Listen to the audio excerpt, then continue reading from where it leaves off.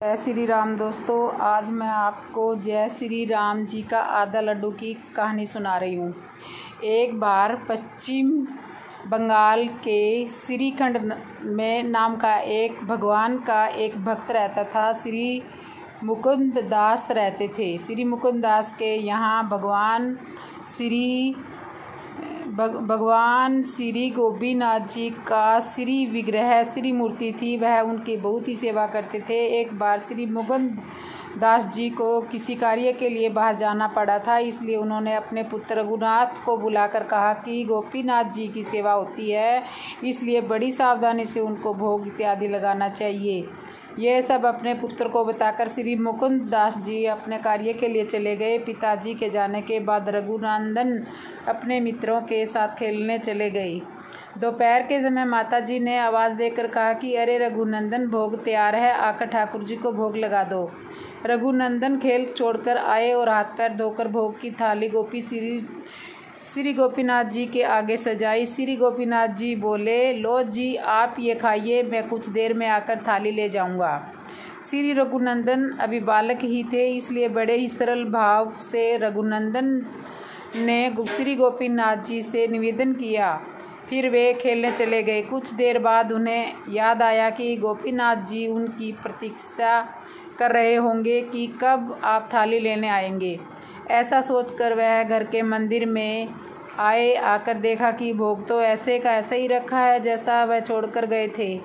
बालक रघुनंदन ने ये देख कर घबरा गए और कहने लगे, अरे आपने इसे खाया क्यों नहीं? क्या गड़बड़ हो गई? पिताजी को पता लगेगा तो बहुत डांटेंगे। ऐसा कहकर रघुनंदन रोने लगे। फिर भी कुछ नहीं हुआ। गोपीनाथ जी ने खाना शुरू नहीं किया। अब तो रघुनंदन जोर जोर से रोने लगे और हाथ जोड़कर कहने लगे, आप खाओ, आप खाओ, और विनय करने लगे।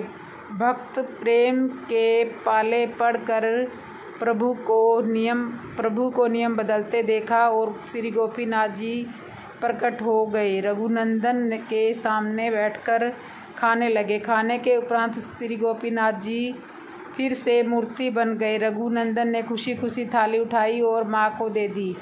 माँ ने थाली को देखकर सोचा कि अबोध बालक है, भूख लगी होगी, इसलिए इस समय प्रसाद खा लिया होगा या मित्रों में बांट दिया होगा। बालक को संकोच ना हो, इसलिए माता ने बालक से कुछ पूछा ही नहीं। शाम को श्री मुकुंद जी घर आए तो बालक रघुनंदन से पूछा कि सेवा कैसी हुई? रघुनंदन जी ने उत्तर दिया, बहुत अच्छी। श्री मुकुंद दास जी ने कहा, आओ कुछ प्रसाद खाओ, ले लो।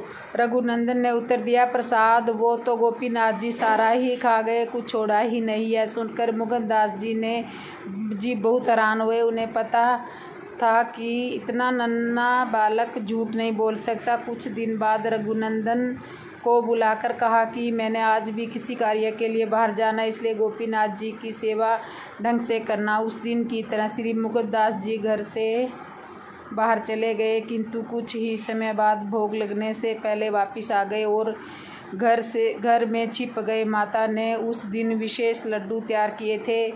उन्होंने बालक रघुनंदन को बुलाकर कहा, आज गोपीनाथ को ये लड्डू भोग लगाओ और सब ना खा जाना।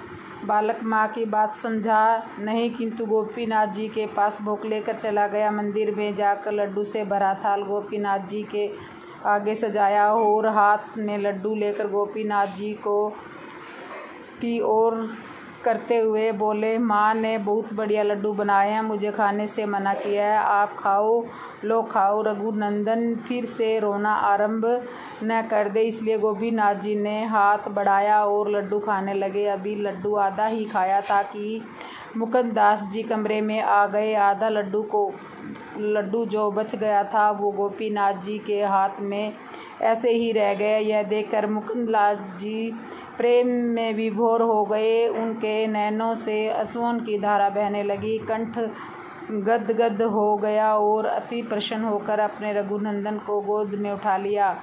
आज भी श्रीखंड में आधा लड्डू लिए गोपीनाथ जी विराजमान है। कोई भाग्यवान ही उनके दर्शन पा सकता है। एक गांव में एक बुढ़िया माई रहती थी। माई का आगे पीछे कोई नहीं था, इसलिए बूढ़ी माई बेचारी अकेली रहती थी। एक दिन उस गांव में एक संत आए। बूढ़ी माई ने महात्मा जी का बहुत ही प्रेम पूर्वक आदर सत्कार किया। जब महात्मा जी जाने लगे तो बूढ़ी माई ने कहा, महात्मा जी आप तो ईश्वर के परम भक्त हैं, कृपा करके मुझे ऐसा आशीर्वाद दिए जिससे मेरा अकेलापन दूर हो जाए। अकेले रह कर के मैं अब ऊब चुकी हूँ। तब उन महात्मा ने मुस्कुराते हुए अपनी झोली में से बाल गोपाल की एक मूर्ति निकाली और बुढ़िया माई को देते हुए कहा, माई ये लो आपका बालक है, इसका अपने बच्चों की तरह प्रेम पूर्वक लालन पालन करती रहना। बुढ़िया माई बड़े लाड प्यार से ठाकुर जी का लालन पालन करने लगी। एक दिन गांव के कुछ शरारती बच्चों ने देखा कि माई मूर्ति को अपने बच्चों की तरह लाड कर रही है।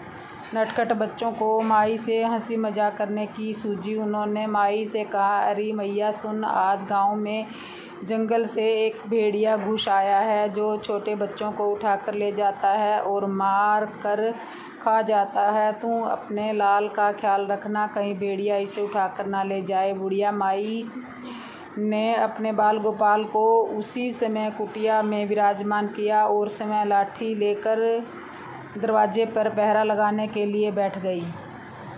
अपने लाल को भेड़िए से बचाने के लिए बुढ़िया माई भूखी प्यासी दरवाजे पर पहरा देती रही। पहरा देते देते एक दिन बीता, फिर दूसरा दिन बीता, तीसरा दिन बीता, पाँचवा दिन बीता। बुढ़िया माई 5 दिन बाद 5 रात लगातार बगैर पलकें झपकाए भेड़िए से अपने बाल गोपाल की रक्षा के लिए पहरा देती रही। उस भोली भाली मैया का यह भाव देखकर ठाकुर जी का हृदय प्रेम से भर गया।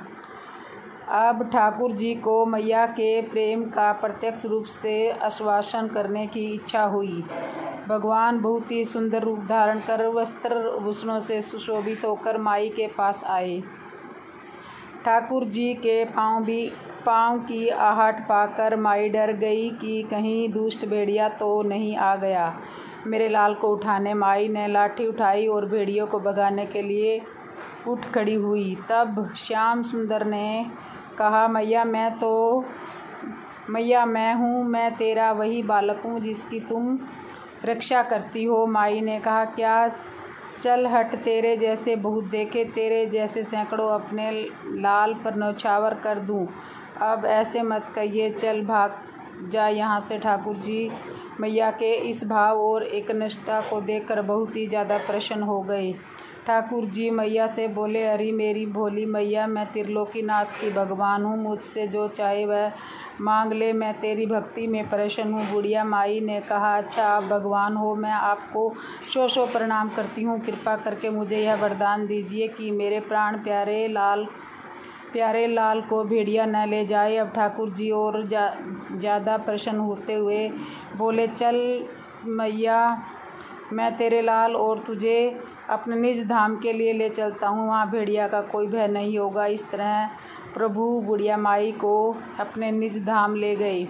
भगवान को पाने का सबसे सरल मार्ग भगवान को प्रेम करो, निष्काम प्रेम जैसे बुढ़िया माई ने किया। हमें अपने अंदर बैठे ईश्वर काम क्रोध लोभ मोह और अहंकार रूपी भेड़िए से रक्षा करनी चाहिए। जब हम पूरी तरह से तन्मय होकर अपनी पवित्रता और शांति की रक्षा करते हैं तो एक न एक दिन ईश्वर हमें दर्शन जरूर देते हैं। आज किशोरी का हृदय कुछ अधिक ही धड़क रहा है, कारण माँ ने घर पर रोक कर रखा है कि लाली आज घनघोर बादल हैं, खेलने बाहर मत जा, कभी भी वर्षा हो सकती है। पर उनको क्या पता कि मुँहे काले बादल और ऋषित से कान्हा की याद दिलाते हैं उन्हें। सोचने लगी, श्याम भी मेरे विरह में तड़फ रहे होंगे। हाय प्रिय को सताना अच्छा नहीं, चली जाती हूँ मैया तो गहरी निंद्रा में। धीरे से द्वार खोला और पायल के घुंघरों को घूर कर देखा कि आवाज़ मत करना। दूर से देखा, श्याम सुंदर हाथ में बंसी लिए यमुना के पुलिन पर बैठे हैं। नेत्र बरसने लगे, परंतु क्यों? सभी दुर्लभ ढाक से एक दूसरी गोपी उनके समीप बैठी है और दोनों हंस कर बतिया रहे हैं। अरे इनको तो मेरी कोई परवाह नहीं है। मैं सोच रही थी वह थी और परेशान होंगे। मेरे देरी तक ना आने के कारण झरझर आंसू बहने लगे, काजल कपोलों तक बहने लगे, मुख चंद्र गुलाबी से लाल हो गए। बहुत क्रोध जो आया, दौड़ती हुई समीप गई और बोली, अरे गोपी, तू इधर बैठी है, यहाँ तेरा पति तुझे ढूंढ रहा है, तेरे मायके से संदेश आया है कोई। अब तो गोपी को मन लगाकर उठाना पड़ा। श्याम सुंदर तिरछे नेत्रों से प्यारी को निहार रहे कि अब बड़ी फटकार पर राधा जी कुछ ना बोली। अपने बाएं पैर के अंगूठे से मिट्टी खोदती मुख नीचे कर चुपचाप बैठ गई। श्याम अधीर हो गए। अपनी बंसी के अग्रभाग से राधा के कपोल को छुआ और बोले, आज तो बड़ी देर कर दी राधे, हमारी याद ना आई क्या। अब तो राधा रानी का धैर्य जवाब देने लगा।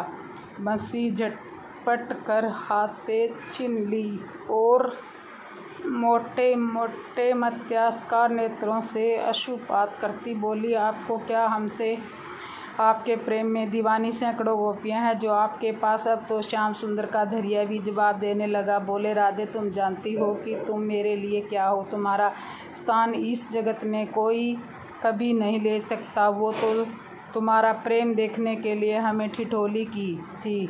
तुम जब ऐसे प्रेम जताती हो तो मेरे हृदय को शीतलता मिलती है। श्याम की बात सुनकर किशोरी जी मुस्कुरा दी और बोली, तो हम भी तो ठिठोली कर रहे थे आपसे। और उठकर यमुना के किनारे किनारे भागने लगी। लाल चुनरी सितारों जड़ी हवा में उड़ रही है, पाँव की पायल छमछम कर रही है। क्योंकि किशोरी जी का आदेश था चुप रहे, इसलिए घुंघरू ही लीलकर प्रसन्नता व्यक्त कर रहे हैं। काली लटें हवा में उड़कर मोहन को बुला रही थी। श्याम भी पीछे पीछे दौड़ रहे थे, मनोहार कर रहे थे कि राधे, बंसी दे दो, मगैया को वापस बुलाना है। परंतु किशोरी जी नहीं रुकती, बार बार खिलखिलाते हुए मुड़कर देखती है, दाएं हाथ का अंगूठा दिखाकर चिढ़ाती है और भगाती है। तभी जोर से बिजली कड़कती है, छम छम मेघ बरसने लगते हैं और श्यामा जी फिर भागती है, पर लपट कर अपने श्याम की ओर जैसे ही पास आती है, श्याम से लिपट जाती है, मानो डर से कांपते हृदय को छुपने के लिए स्थान मिल गया हो। श्याम अपने पीताम्बर से उनको ढक लेते हैं ताकि वर्षा से कुछ बचाव हो। दोनों कदम के बड़े वृक्ष के नीचे आश्रय देते हैं। आश्रय सारे जगत चरचर जड़ चेतन को आश्रय देने वाले लीला करते हेतु वृक्ष का आश्रय ले रहे हैं। जय जय श्री राधे। तो दोस्तों, ये कहानी आपको कैसे लगी, अच्छी लगी हो तो कमेंट में ज़रूर बोलना। जय श्री